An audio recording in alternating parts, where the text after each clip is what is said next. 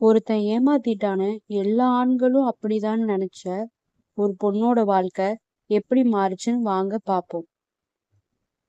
ஒரு பொண்ணு ஒருத்தனை காதலிச்சா. ஆனா அந்த பையன் கடைசி நேரத்துல அவளை விட்டுட்டு வேற ஒரு பொண்ணை கல்யாணம் பண்ணிக்கிட்டான். அந்த சம்பவத்துக்கு அப்புறம் அந்த பொண்ணு எல்லா ஆண்களுமே இப்படிதான் நினைச்சு வெறுத்தா.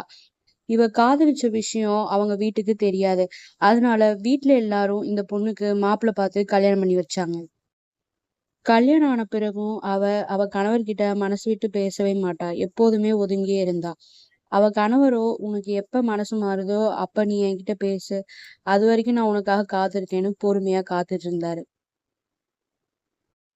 நாள் போக போக அவரோட அன்பு, அக்கறை, மரியாதை எல்லாத்தையும் பார்த்து அவளுக்கு ஒரு விஷயம் புரிஞ்சது.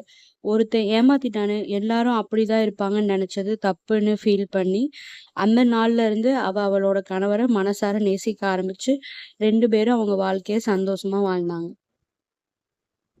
இந்த கதையில இருந்து நம்ம என்ன தெரிஞ்சுக்கிறோம்னா, வாழ்க்கையில ஒருத்தர் நம்மள காயப்படுத்திட்டாங்கன்னா, அதுக்காக எல்லாருமே ஒரே மாதிரி இருப்பாங்கன்னு நினைக்கக் கூடாது. நல்ல மனசு உள்ளவங்களும் இந்த உலகத்துல இருக்காங்க. இந்த கதை உங்களுக்கு பிடிச்சிருந்தா லைக் பண்ணுங்க. இந்த கதைய பத்தி நீங்க என்ன நினைக்கிறீங்கன்னு கமெண்ட்ல சொல்லுங்க.